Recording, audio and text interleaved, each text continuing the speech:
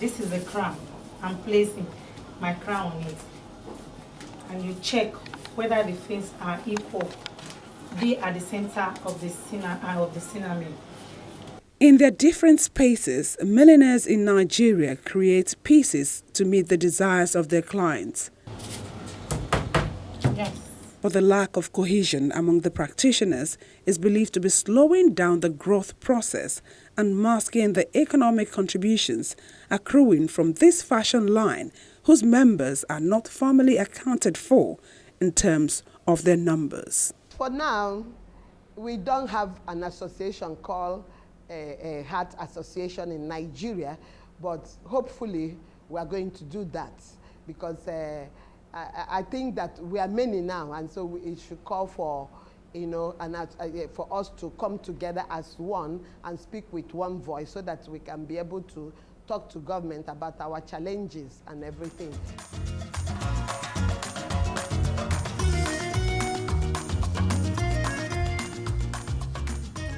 Since we don't have an association, okay, so we can't really say this is like, this figure, we should be about this, those that will join, those that won't join, but like I work from home, many work from home, so unity is the problem we are having. We have that in Nigeria too. We always feel as if we come together as a body, who is going to be our leader? And we have this thing about copying. Everybody wants to hide what they produce. If we are in an association, we feel like you will now have opportunity to get into my shop and copy my styles, things like that. I think that's why we are not. It's not about the unity thing that's affecting many associations. I think it has to start happening when we start recognizing in this field, we have seniors. In this field, we have pace setters. When we start recognizing that, not everybody wants to be a boss. Not everybody can be a leader. Individually, we can't really make it as we want to. One person could be making it, but you could have done better if we were in a group. We could be going for fashion shows where we could actually say, okay, let's make indigenous hats, If you bring your idea, I bring my idea, let's put it together. We'll do something and we'll represent Nigeria very well. Well, we'll not say whose name go show. There's this thing of if you're the one that will travel now, you go and claim the glory for all of us putting our heads together. So this is still the problem. Also operating in this unregulated fashion field is a business administration graduate, Evelyn Oji Obeke, who after school began making hats, then left the handcraft for formal paid employment. She, however, came back to what she loves doing. I discovered that I was not fulfilled. It was not encouraging. I was somehow frustrated in the job. So I decided to come out of the place. I resigned. It was not easy for me, I won't lie. But I discovered that I have passion for this. Even if you wake me up now and give me materials of hats, I will know what to do. When I see people wearing my product, I'm happy because I'm meeting it. They are happy. When you make people happy, you yourself, you'll be happy. Coming to monetary value, it's not an edible thing, but it can sustain you.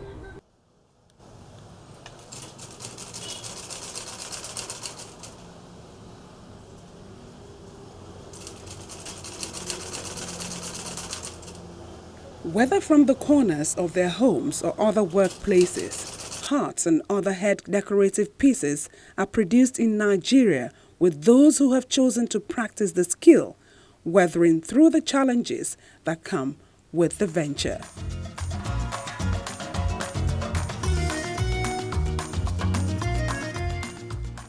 I started making hats so many years ago, and then we're just using cinnamon, straws, crinoline to make hats. Crinoline wasn't even that popular. 3 years back, cinnamon was sold for 600 naira a yard. That's the main fabric we use for molding hats. Cinnamon, as of last year, was about 1,005. Cinnamon today is 2,005. The cheap one is 2,000. The one I bought yesterday is 2,500. There's still cinnamon of 2,008. And at 2 years ago, with 2,005, you make a good hat with profits. So by the time you use 2,005 to buy a cinnamon, 1 yard, to make a very simple hat, because a simple one should be 1.5 yards. So you're going to spend 1.5 plus 1,250. That's about almost 4,000 naira. And you can go to the market and get all those ready-made hats for 1.8, 1.5. You think twice, so this economy is somehow. So that is part affecting our product, is affecting us in a way. So that's why we are diversifying into, like the sample I made, I didn't spend so much, I didn't really use cinnamon like that, and I didn't use expensive, so I can sell it at a very reasonable rate. When the Ankara trend kept on, it's growing. In fact, it's even still growing. We've not even seen the end of it yet. I now thought of, what can I really do with Ankara? Because when there's a problem with a particular type of business, you have to find a way around it. So I diversified, started making purses to complement my hats. I used to make them in cinnamon. But when Ankara trend came, I had to start practicing, and I learned how to make hats with our Ankara. I can make an English hat with an Ankara, and I can make it look like a gele, so that you can wear it with a complementing purses. It's all about composure. When you step out, there's a feeling you know you are complete. Apart from the challenges with material sourcing, achieving some of these creative designs can be tasking, as Oluwabukunla Odunuga recalls a particular experience. I have the mold here. The mold was very difficult, and it has a design that you have to tail each design out. In fact, it was very, very difficult, but thank God I was able to bring it down. I spent a whole day, and something that we just use like 30 minutes, 1 hour. That hat was really nice. After that, the second time when a student wanted to use the mold, it was easier for me to make. Despite the odds, the Milliners share a couple of ideas on how to move forward the art of hat making in Nigeria. If milliners in Nigeria want their work to be picked, or they want their work to be showcased out there, they must be original in their design. That's one thing I say to them all the time: be original. Avoid trying to copy other people's work, because by the time you try to copy other people's work and you push it out there, they'll say, oh, we've seen this before, or we saw this. They can even go and fish a similar picture, and they put it up and say, oh, this person wore this many years ago. Why are you trying to? One, you must be original with your work. Two, you must make sure you use very good materials, and try to run away from materials that are, I won't say that are in vogue, or materials that are all over the market. Try to get materials that are unique, feathers that are unique, that are different for your work. Then number 3, make sure your work is always well finished. I tell people you can earn foreign exchange from whatever you do, as far as you are doing it and you are doing it well.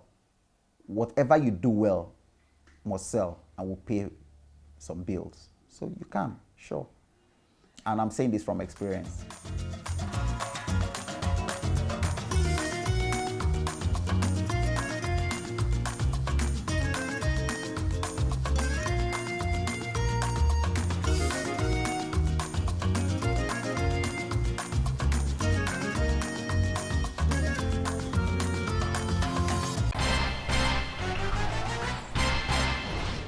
Imagine if hat making is well coordinated as a subsector in the Nigerian fashion industry, with more and more made-in-Nigeria hats and headpieces making their way into international arenas and bringing in foreign exchange, thereby contributing to the growth of the Nigerian economy.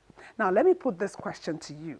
How can millinery generate a more reliable employment for the Nigerian youths? Share your thoughts with us on any of our feedback platforms. Thank you so much for watching Community Reports. I'm Yomi Otaibi.